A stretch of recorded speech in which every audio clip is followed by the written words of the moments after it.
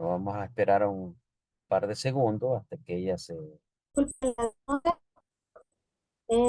Desde ya, en primer lugar, agradecer al Centro de Investigación y Desarrollo de Ecuador, CIDE, especialmente, bueno, a los anfitriones, al ingeniero Antonio Baqué, que me precedió en la palabra, y a todos los organizadores de este evento internacional, alumnos y profesores. El tema elegido para esta conferencia es el niño como víctima, el niño en cuanto víctima de su progenitora, de su madre.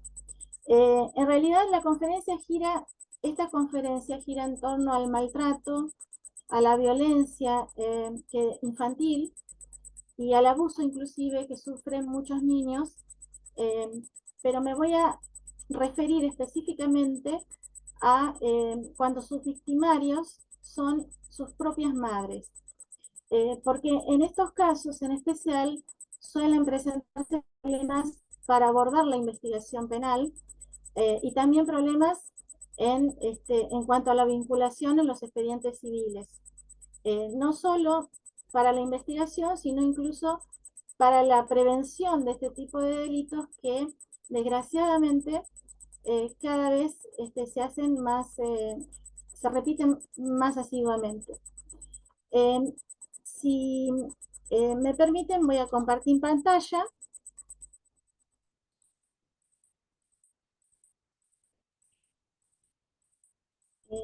A ver, no sé si...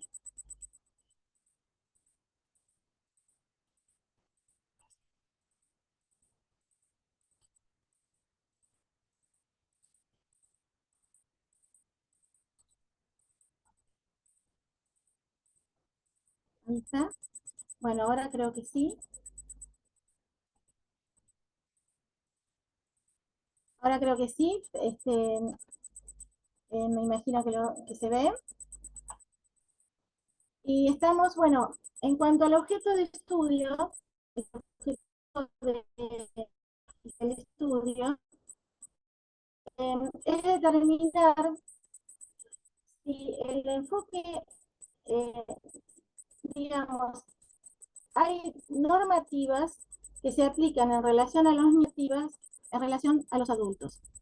Sabemos que en relación a los niños es aplicable la Convención Internacional de los Derechos del Niño y el principio consagrado como principio rector, es decir, que debe regir eh, todas las vicisitudes y todos los casos en los que eh, estén presentes los niños, es el principio del interés superior del niño, que es sagrado para esta disciplina.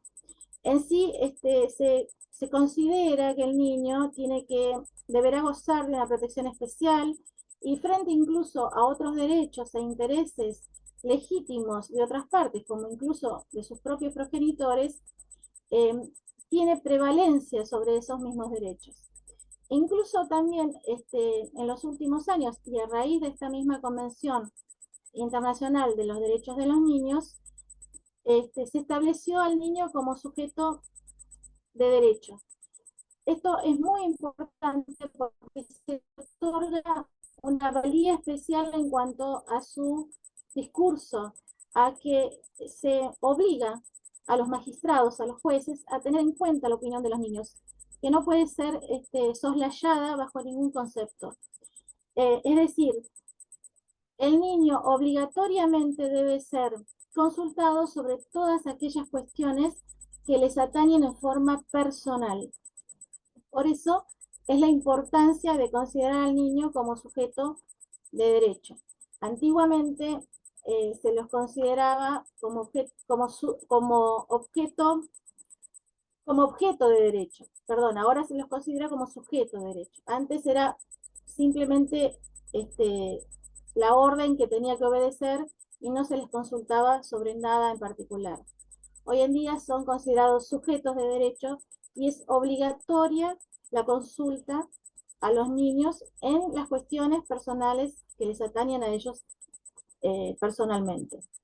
También, pero mientras tenemos esta normativa protectoria que también se ha introducido en las legislaciones locales, En Argentina, por ejemplo, está la ley 26.061 de protección integral de los niños, niñas y adolescentes, y así ha sucedido en en la mayoría de los países que han suscrito esta convención internacional. Por otro lado, también ha aparecido en los últimos años un paraguas, digamos, eh, un paraguas teórico, pero que se refiere a la mujer y bueno, las diversidades sexuales. Pero sobre todo yo me voy a restringir al tema de la mujer, que tiene que ver con la perspectiva de género. La perspectiva de género, que también se impone a través de la sanción legislativa, es universal, pero el problema es que no tiene límites y no tiene ningún tipo de limitación y se aplica en relación a todas las mujeres, cualquiera sea el rol específico que tomen dentro del caso judicial, del caso que se investigue. Entonces, en realidad, eh, contra los principios que rigen a la protección de los niños, podemos de alguna manera oponer esta perspectiva de género en cuanto a que en realidad la perspectiva de género no es un principio en sí, sino es un método de abordaje de fenómenos sociales que está centrado principalmente en el género. O sea que la indicación es que todo se ha visto desde los ojos de la mujer. La mujer en cuanto se supone que la mujer está sumida en una desigualdad estructural respecto del varón y que por eso el nuevo abordaje que se pretende debe tender, supuestamente, o esa es la intención, debe tender a restablecer ese equilibrio en un proceso judicial. Entonces, lo que se plantea es una asimetría de poder entre el hombre y la mujer, donde al hombre se le otorga una posición de poder y a la mujer una posición de sumisión con un discurso de opresión, ¿no? Esto, digamos, la, eh, desde la, digamos, desde la ideología.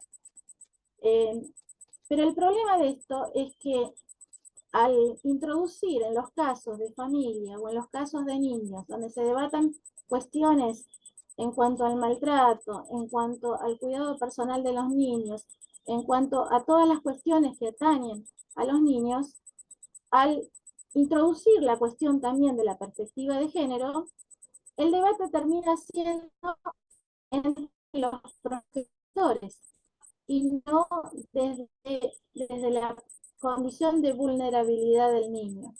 Entonces, en vez de investigarse fehacientemente la denuncia o la situación del niño o escuchar qué es lo que, digamos, tiene que decir el niño, termina siendo una discusión entre, digamos, lo que se supone que son partes litigantes, sujetos antagónicos, la posición de la madre, la posición del padre. Y queda como en un segundo plano lo que la convención dice que debe estar en un primer plano, que es darle preeminencia al niño. Entonces, todo queda subsumido en una discusión de género donde muchas veces no se termina de dilucidar la situación del niño, sino que digamos, se hacen los progenitores denuncias cruzadas, denuncias en espejo. En espejo es porque los dos denuncian lo mismo, pero dicen que lo dijo el otro, o lo hizo el otro, y no se resuelve nada en cuanto a, o no se investiga adecuadamente la situación del niño. Adelanto en este sentido que el sistema normativo y el sistema judicial está preparado para digamos, intervenir en los casos en que el hombre es el agresor, el hombre es el abusador, el hombre es el maltratador. Pero el problema se suscita cuando es la mujer la que ocupa ese lugar. Es como que en este sentido hay como un vacío legal de alguna manera, porque la mujer maltratadora o la mujer abusadora no es percibida de un primer momento, y gracias a la perspectiva de género, esto actúa como como un paraguas de protección hacia justamente la persona que está vulnerando los derechos del niño. Por eso incluso la Corte Interamericana de Derechos Humanos ha establecido que las investigaciones deben ser serias, imparciales y efectivas, y que deben iniciarse de forma inmediata, a fin de garantizar la recuperación y la preservación de la prueba y evitar que el tiempo atente contra el conocimiento de la verdad. Pero esto va justamente en contra de estos principios sentados por la Corte Interamericana de Derechos Humanos, porque desde la perspectiva de género eh, digamos, se tiende a invisibilizar a la mujer que es maltratadora o abusadora o golpeadora. En cuanto a, si lo podemos comparar con otro tipo de fueros, es decir, en cuanto eh, podemos comparar la misma situación respecto a otros fueros. Por ejemplo, si bien en derecho laboral, por ejemplo, hablamos de indubio pro operario, eso quiere decir que en caso de duda se resuelve a favor del trabajador. En derecho penal eh, hablamos de indubio pro reo, que quiere decir lo mismo, que en caso de duda se resuelve a favor del acusado o del imputado. Acá la perspectiva de género, si bien no es ningún principio procesal, como sí son los que recién nombré, sino que es un método de abordaje de un caso especial, específico, actúa como como una verdadera presunción en cuanto a que le otorga, digamos, como una suerte de favoritismo al discurso de la mujer. Eh, digamos que la diferencia sustancial que se podría decir en estos casos es que tanto en el derecho laboral como en el derecho penal, la comparación está bien hecha, porque de verdad es un ciudadano particular contra el Estado, el poder del Estado. Entonces, ahí no hay duda que hay un desequilibrio en cuanto al poder, hay una asimetría de poder. Ahora, cuando nos referimos a la situación de un hombre y una mujer dentro de un proceso judicial, no ya, digamos, dentro de digamos, la estructura social, sino dentro de un proceso judicial donde las reglas son iguales para ambos. Aquí la situación, esta desigualdad, que puede haber una desigualdad social, judicialmente no se vislumbra tan claramente. Sin embargo, judicialmente se aplica esta perspectiva de género porque, digamos, siempre se identifica al discurso o a la posición de la mujer, en todos los casos, como al discurso del oprimido, como al discurso del subsumido, digamos, un discurso que, digamos, necesita de la valoración específica judicial como para poder tener un equilibrio de poder respecto a su oponente, que sería otra parte litigante, que es el otro progenitor.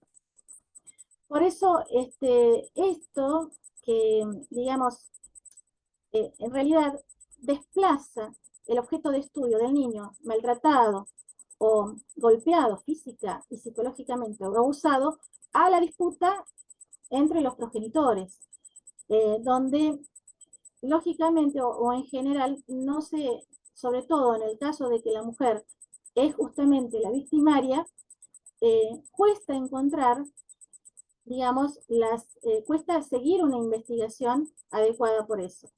Es decir, esto es porque la perspectiva de género se aplica de forma independiente del rol que ocupe la acusada. Es decir, no hay un límite. Se aplica aunque sea la acusada dentro de un proceso judicial, sea víctima o victimaria, siempre va a obrar a favor de la mujer la perspectiva de género porque alude a la condición de género exclusivamente. Entonces, justamente ese es el obstáculo principal para poder abordar una investigación respecto de lo que sucede con los niños. Justamente yo quería traer un caso que se está tramitando actualmente en Capital Federal, en el juzgado civil 82, justamente de la Capital Federal, y tiene que ver con un caso donde un niño tenía problemas, es decir, estaba teniendo indicios o indicadores de maltrato y de abuso. El niño convivió siempre con la madre y en los últimos meses, en los últimos tiempos, pudo explicarle a su papá, a su padre, que estaba viviendo situaciones complicadas con su mamá. Además, presentaba, por ejemplo, hacía colechos, es decir, la mamá lo obligaba a dormir junto a él en la cama. El niño comenzó a tener enuresis nocturna, es decir, se orinaba, por ejemplo, en la misma cama, y otras situaciones que, si bien no son confirmatorias, sí presentan indicios severos de un posible abuso, o de una tentativa al menos, pero amerita investigación. El tema es que cuando el padre tomó, digamos, tomó el toro por las astas, digamos, y trató de solucionar el tema, fue a consultar a una psicóloga y inmediatamente se pidieron medidas cautelares al juez. Pero el juez, antes de tomar las medidas cautelares, propuso, bueno, a través de los equipos técnicos del juzgado, un dialogar para ver qué situación, interrogarlos acerca de cuál era la situación que se estaba dando. Lógicamente, el niño fue interrogado por un equipo interdisciplinario. El niño confirmó lo que venía diciéndole al papá. El padre, bueno, se atuvo a lo que dijo el niño y se citó también a la madre. Pero la madre, lógicamente, se le dio la oportunidad y ella se excusó, presentó excusas, eh, obviamente dijo que era todo fabulación, que en realidad el discurso del niño estaba influenciado por el discurso del adulto y que y aludió a pues, situaciones de género, que ella había sufrido violencia, que no era cierto, no había sufrido ningún tipo de violencia por parte del padre porque no se había dado estos casos. Cuando el juez tuvo que, luego, con el transcurrir digamos, de los días y de las sesiones psicológicas del niño, la psicóloga pudo confirmar esos indicadores de abuso. Con ese indicador de abuso, con ese informe pericial, el padre fue a hacer una denuncia penal. Cuando se hizo esta denuncia penal, ya directamente por abuso, el juez civil volvió nuevamente a citar a la madre antes de tomar una medida cautelar, que era la que se solicitaba, que era la de suspender de medidas restrictivas de la comunicación respecto de la madre y del niño. El juez no dictó directamente esta medida, sino que, al revés de todo lo que uno pudiera suponer, ordenó al padre que restituyera al niño a la madre. Lo que sucedió, incluso ordenó a la policía que fuera a buscar al niño a la casa donde estaba conviviendo con el padre. El niño fue el que se negó en ese momento y dijo, cuando fue efectivamente la policía a la casa, dijo, no, yo me quiero quedar con mi papá por más daño. Entonces, ese informe volvió al juez, el juez lo sancionó al papá por incumplimiento con una multa pecuniaria y recién cuando se le dio curso a la denuncia penal, eh, tampoco el juez tomó la medida cautelar, sino que la volvió a citar nuevamente a la mamá para preguntarle por los hechos que acusaba el niño, para saber si había tenido, si ella los podía justificar de alguna manera. Lógicamente, el acusado, y más en estos casos, siempre justifica los temas, o sea, las acusaciones. Lógicamente siempre va a negar todo, volvió a repetir nuevamente lo mismo.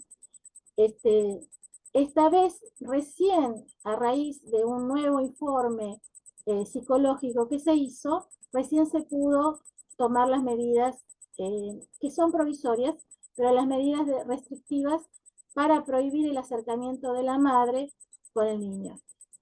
Pero digamos, lo que a priori parecería como que debió hacerse desde un primer momento, cuando apenas apareció no solo la voz del niño diciendo esto, sino el informe psicológico de un psicólogo profesional, una pericia profesional, debió inmediatamente tomarse medidas restrictivas y no fue lo que se hizo. Si hubiera sido seguramente el padre el acusado, aquí no rige la perspectiva de género. Con lo cual, el padre inmediatamente hubiera tenido medidas restrictivas en su contra. Como acá en estos casos rige la perspectiva de género, se demora demasiado y se pregunta muchas veces cosas que no se debieran preguntar e incluso no se hace, las investigaciones no se abordan como deberían abordarse. En otro caso que voy a citar, pero que bueno, es un caso paradigmático dentro de Argentina, ha sido el caso de Lucio Dupuy, inclusive que a lo mejor lo han visto o lo han podido saber de este caso, porque bueno, este caso fue un niño que, que sufrió durante 5 años de su vida, falleció a los 5 años, en el año 2021, sufrió de maltratos, de abusos, de golpes por parte de su madre y de la pareja de su madre, que era otra mujer. Con lo cual, en estos casos también se demoró, digamos, la investigación porque siempre se abordan, por esta normativa, esta orden de abordar todas, este método de perspectiva de género, que consiste en abordar todas las investigaciones desde los ojos de la mujer, desde la perspectiva de la mujer. En este caso que tomó Estado Público, fue un caso muy grave en su momento, había detalles realmente muy siniestros para una criatura muy pequeña. Hubo un seguimiento judicial. El tema es que incluso hubo muchos indicios confirmatorios, no solo en las pericias psicológicas, porque el niño, por ejemplo, dibujaba monigotes sin ojos, sin boca. Uno que es investigador del tema sabe que esos son indicios indubitables de abuso y de violencia. Y así, digamos que todos los peritos pudieron corroborar esto. El niño, por ejemplo, aparecía con un brazo quebrado, otro día aparecía con una pierna quebrada, y cuando se le preguntaba, se le interrogaba a la madre decía, claro, se le daba la oportunidad digamos, de defenderse. Entonces, lógicamente, ¿qué va a decir? Lógicamente asumía una actitud defensista. Decía, bueno, no, lo que pasa es que se accidentó porque estaba subiendo un árbol y se cayó del árbol y por eso se quebró la pierna.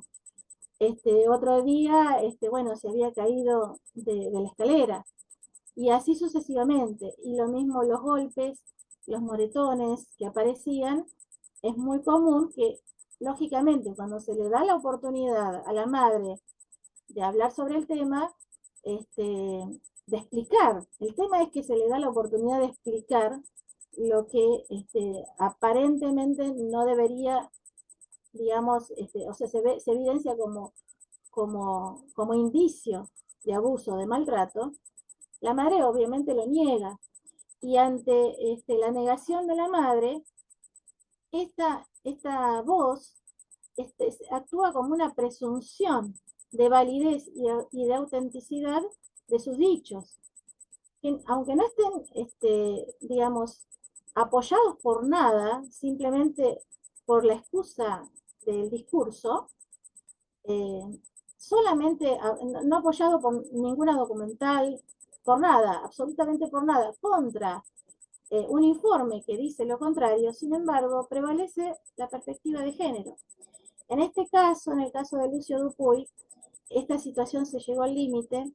El niño había sido, bueno, era un caso de un niño que había sido eh, maltratado, hasta torturado, un caso extremo realmente. Eh, y justamente todo, digamos, toda la situación se desenvolvió y se investigó realmente a partir del fallecimiento del niño. Hasta ese entonces es como que la voz de la madre era una voz, digamos, de validez por sí misma. Es decir, una presunción de autenticidad y de que dice la verdad. Y que si la madre dice que esto ha sucedido, entonces esto ha sucedido, no hay que investigar. Desoyendo inclusive las opiniones profesionales, porque acá estamos ante estos dos casos que expongo, son casos en los que hay un informe pericial que dice lo contrario que dice la madre, ¿no? Lo peor es que cuando esta situación de, digamos, de analizar el caso, siempre favoreciendo a la madre, el tema es que cuando los casos son incipientes, es decir, cuando el maltrato o el abuso empieza a ser incipientes, hay algunos indicios, pero no son tan graves, no se pueden de ninguna manera, digamos, proteger a la víctima, porque se esconde, se oculta bajo este paraguas protector de la madre. Entonces, nunca se llega a dilucidar realmente, y en estas primeras etapas donde se le podría evitar sufrimiento al niño, esto no sucede porque directamente se minimizan los indicios que hay y se minimiza, digamos, incluso hasta la prueba física. A veces los niños, bueno, como decía, llegan con moretones, quebraduras en partes de su cuerpo, y es como que, bueno, a ver qué dice la madre. Si la madre dice que fue un accidente, no se investiga. Y esto es lo grave porque en realidad en estas etapas primigenias es donde se puede evitar, si es estos delitos en general son continuados. Entonces, en estas etapas primigenias se pueden evitar que se siga continuando con el suplicio de este niño. Entonces, pero lógicamente, si no se investiga, si ni siquiera se ve la posibilidad de que esto exista, entonces nunca se investiga y nunca se ve hasta que llega el desenlace, digamos, cuando se hace muy evidente o el abuso físico, el maltrato, es decir, o como este niño que le costó su vida. Entonces, eh, cuando se llega al extremo, entonces ahí se hacen las preguntas, pero no en las etapas previas, donde sí se puede prevenir este tipo de situaciones, siendo, digamos, manteniendo un equilibrio en cuanto a la investigación y no dando prevalencia a un discurso por sobre todo los demás discursos. En realidad, bueno, también el problema justamente es que todo el sistema normativo, por eso decía a ese respecto, todo el sistema normativo está preparado para la situación en la que el hombre es el agresor. O sea, hablando de estereotipos construidos, es verdad que el hombre puede ser agresor, pero también es verdad que la mujer, o muchas mujeres, también pueden ser agresoras. El tema es que el sistema normativo y el sistema, digamos, de perspectiva de género está preparado para abordar los casos en los que el hombre es el agresor, el hombre es el abusador, el hombre es el que produce maltrato físico y mental. Eh, pero bueno, entonces cuando nos encontramos con los casos en que la mujer es la que produce este tipo de situaciones, entonces no hay una resolución en sí, o sea, no hay un mecanismo normativo que limite de alguna manera la perspectiva de género en estas cuestiones donde es el niño el que está afectado y conculcado en sus derechos. En ese sentido, es, es más bien una desigualdad ideológica, digamos, que se sostiene, pero se sostiene legislativamente. Entonces, de lo que se trata justamente es de que se pueda abordar esta situación desde el punto de vista del niño, que es el desprotegido realmente. Porque en aquellos casos donde se debatan en cuestiones de familia, cuidado personal, donde se debata sobre denuncias de abuso, denuncias de violaciones, el niño, no es la disputa entre los progenitores, que esto muchas veces se confunde. También me ha pasado en otro caso judicial, pero en provincia de Buenos Aires, que el maltrato y abuso y presunto abuso de un niño de 3 años, sufrido a manos de su progenitora, se transformó también por este mismo sistema en una situación de disputa entre progenitores. De tal forma que había una gran diferencia entre lo que, digamos, proponía uno, lo que, digamos, aludía uno y aludía al otro. El padre tenía prueba documental, es decir, fotos, certificados médicos de los golpes del niño, de los moretones sufridos por el niño. Los presentó en el juzgado, los presentó a la justicia. La madre tenía solo el discurso de decir, de negar todo y decir, no, este, en realidad esto, el niño se cayó, no eran, digamos, no eran castigos físicos muy grandes, pero sí eran castigos rutinarios o diarios, prácticamente diarios. Aparecían moretones, aparecían, digamos, eh, golpes en el niño y el niño se quejaba y decía, acusaba. El tema es que como era un niño muy pequeño, no llegaba a los 3 años de edad, tampoco podía hablar, expresarse como por ahí un niño de mayor edad. Pero ante la evidencia que presentaba el padre de los golpes, del maltrato físico, de indicios de abuso, se esgrimía del otro lado la versión, solo versión, de un relato de una madre ejemplar y que había sufrido violencia de parte del padre, que tampoco era cierto. Sin embargo, el juez, en este caso, también, de género, dio prevalencia al discurso por sobre las pruebas. Y el padre también tenía un informe psicológico que avalaba sus dichos. Sin embargo, dio prevalencia al discurso de la mujer por perspectiva de género. En definitiva, ordenó que el niño fuera restituido a su madre y, y se cortara la comunicación al revés, digamos, el sancionado fue el padre, se cortara la comunicación, se restringiera la comunicación del niño con el padre. Con lo cual, evidentemente, hay un vacío legal, además, en estos temas, porque existe a priori, aparecería como existe la necesidad de limitar este tema de la perspectiva de género en relación a los niños sufrientes. Es decir, eh, el discurso, esto de sacralizar el discurso de la mamá por la perspectiva de género y que todo lo que diga es válido por sí mismo, lo cual parece como además un despropósito, cuando además en todo proceso judicial sabemos que debe existir prueba y evidencia que pruebe los dichos.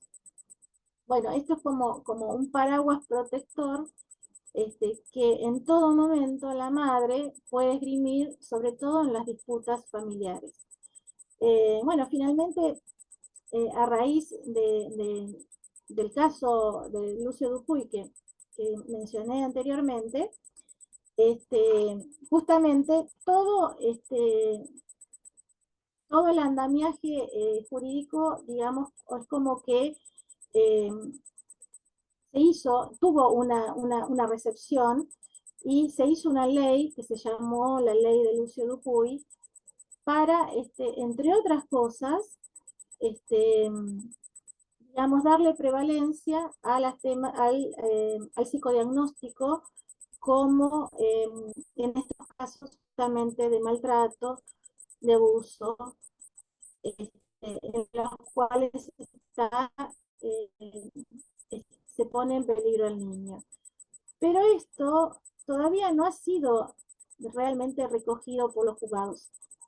Sigue aún teniendo prevalencia en la mayoría. Está bien que es doctrina obligatoria, pero no frente a no puede digamos, un abordaje de género sustituir un informe pericial de ninguna manera. Por eso es que en sí, digamos, con esta forma ilimitada de tomar la perspectiva de género, lo que se hace es realmente poner en riesgo al niño que es víctima de su progenitora. Porque además, todos los indicios o todas las pruebas que pueden surgir en esta etapa, en las primeras etapas en que estos hechos suceden, después con el tiempo pueden ser disfrazadas, pueden ser ocultadas e incluso a veces con el tiempo actúa incluso a favor de la madre, porque el niño es silenciado psicológicamente, es silenciado físicamente también.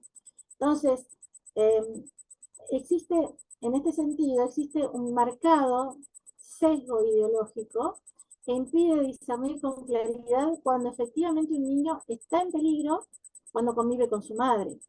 Entonces, muchas veces, cuando finalmente se descubre que el niño está siendo vulnerado en sus derechos, eh, por eso digo, si no se llega a tiempo, puede ser tarde para la vida del niño, pero incluso aunque no termine en, en este resultado fatal, con el tiempo lo condiciona en sus vínculos severamente, condiciona en su crecimiento y en su desarrollo.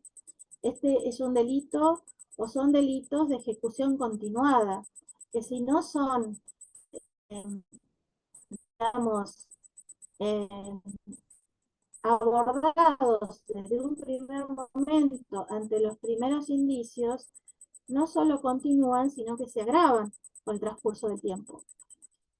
Bueno, finalmente, como decía en el caso de Lucio Dupuy, la justicia llegó tarde, llegó cuando el caso ya estaba consumado, el niño había aparecido muerto de la peor manera. Esto ocurrió el 26 de noviembre del 2021 y bueno, la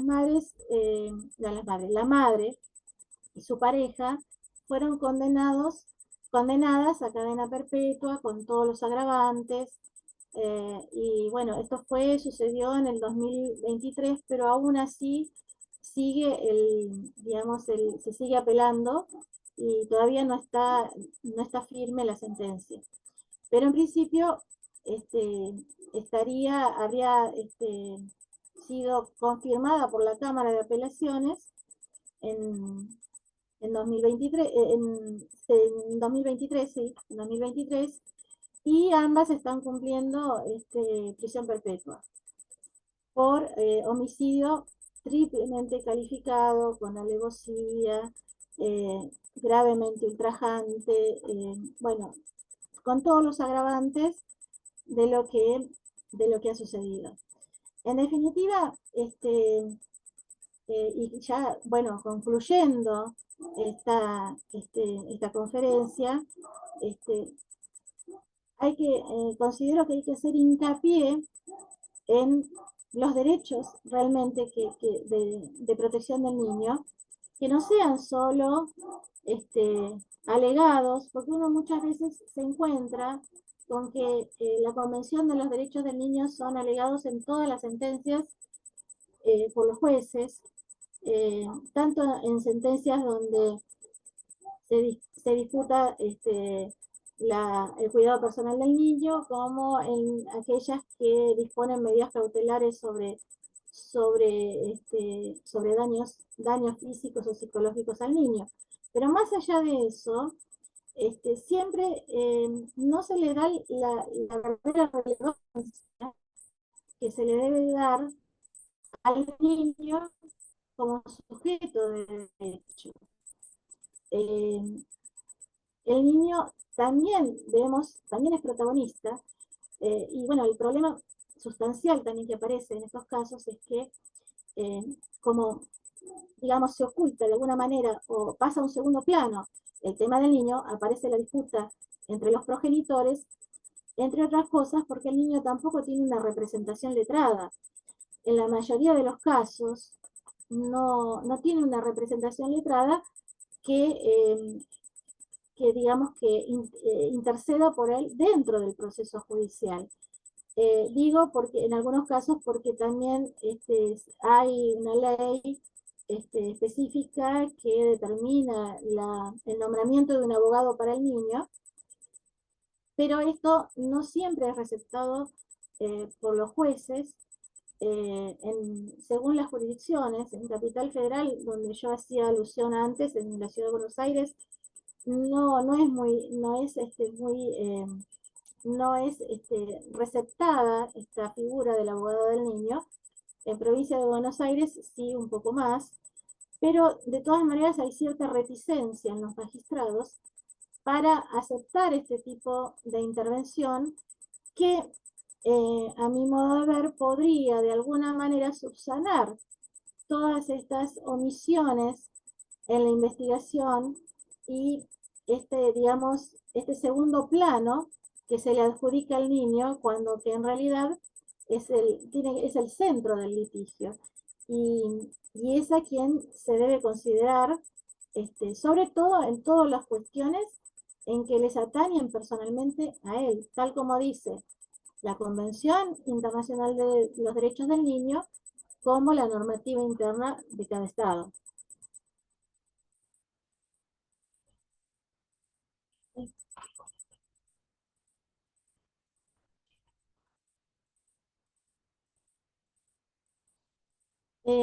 Bueno, aquí, aquí terminado sobre, este, sobre el niño oprimido por su progenitora. Y no sé si me están escuchando. Sí, Quisiera